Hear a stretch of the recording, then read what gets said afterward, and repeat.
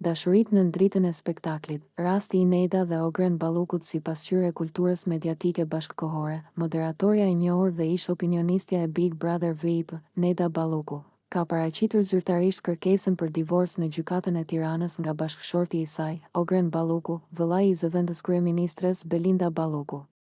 Lajmi, që fillimisht u raportua nga Vox News Pikal, ka tërhequr vëmendjen e publikut për shkak të 3 shtresave të ndërthuara të interesit: profili i njohur mediatik i Nedës, lidhja familjare me një figurë të lartë politike dhe mbi të gjitha, origjina televizive e historisë së dashurisë së çiftit, që nisi në shtëpinë e Big Brother Albania në vitin 2010. Në atë kohë, programi Big Brother ishte ndër fenomenet e para televizive në Shqipëri që krijoi një kulturë të re të ekspozimit personal, ku jeta private u bë objekt spektakli dhe vëzhgimi publik. Brenda asaj shtëpie të izoluar, ku gjithçka regjistrohej dhe transmetohej, dashuria e Nedës dhe Ogrenit u perceptua si një histori autentike që sfidonte artificin televiziv. Për publikun shqiptar të asaj kohe, i cili po mësoi me konceptin e reality show modern, marrëdhënia e tyre ishte një tregim i rrallë i ndjenjes që lindte natyrshëm në kushte të panatyrshme. Kjo e bëri çiftin një simbol të romancës së sinqertë në një mjedis artificial, një motiv që shpesh ka qenë temë edhe në letërsinë bashkëkohore mbi realitetin dhe iluzionin. Në aspektin letrar dhe kulturor, kjo histori mund të shihet si një metaforë e kohës postmoderne, ku kufit mes realitetit dhe fabulës janë zbehur. Ashtu si shpjegon Jean Baudrillard në teorinë e tij të hiperrealitetit, njeriu i sotëm jeton në një botë ku simulakrat, imazhet, formatet, rrjetet zëvendësojnë realitetin vet. Në këtë kuptim, dashuria e lindur në Big Brother ishte një dashuri hiperreale, e vërtet në përjetim, por e ndërtuar dhe e ndjekur përmes syrit të kamerës.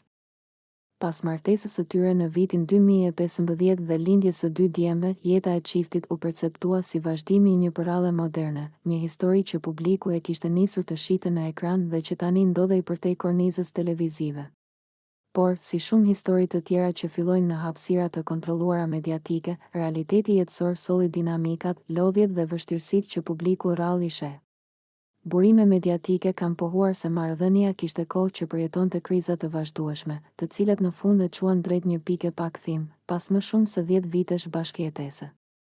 Konteksti i ndarjes merr edhe më shumë rezonancë për shkak se ndodh në një moment politikisht të ndjeshëm. Kur ministrja Belinda Balluku, motra e Ogrenit, ndodhet nën hetim nga SPAK. Kështu, një ndarje që në rrethana të zakonshme do të ishte çështje private, shndërrohet në një ngjarje mediatike me përmasa publike, duke përforcuar mënyrën se si mediat shqiptare ndërtojnë narrativa të spektaklit nga ngjarjet personale të figurave të njohura. Në këtë kuadër, Neda Balluku përfaqëson një figurë të tipit të ri mediatik, gruan që ndërton identitetin e saj publik përmes një kombinimi të transparencës emocionale dhe kontrollit narrativ. Postimi i saj në Instagram, ku njofton se do të jetë e ftuar në emisionin Goca dhe Gra, nuk është vetëm një njoftim mediatik, por edhe një akt simbolik i rikthimit të zërit, një mënyrë për ta treguar vetë historinë e saj, pa ndërmjetësimin e medias. Kjo përputhet me një prirje të gjerë të kulturës digjitale bashkëkohore, ku vetë narracioni është bërë një formë fuqizimi, sidomos për gratë publike që kërkojnë të kontrollojnë imazhin dhe tregimin e tyre në një mjedis shpesh gjykues. Në një këndvështrim më të gjerë, historia e Nedës dhe Ogrenit mund të lexohet si pasqyrë e transformimit të dashurisë në epokën e medias sociale. Në një shoqëri ku ndjenjat përjetohen, dokumentohen dhe shpërndahen në kohë reale, edhe fundet e historive marrin trajtën e spektaklit. Kjo sjell pyetjen themelore: a mund të ekzistojë intimiteti në një botë ku gjithçka është bërë publike? Në këtë kuptim, divorci i Nedës nuk është thjesht fundi i një martese, por një akt simbolik që tregon tranzicionin e dashurisë nga realiteti privat në hapësirën e konsumit mediatik. Si përfundim, ky rast na kujton se dashuritë që lindin në media janë një formë e re e tregimit njerëzor, një lloj letërsie vizuale dhe emocionale, ku publiku bëhet bashkëautor i historisë.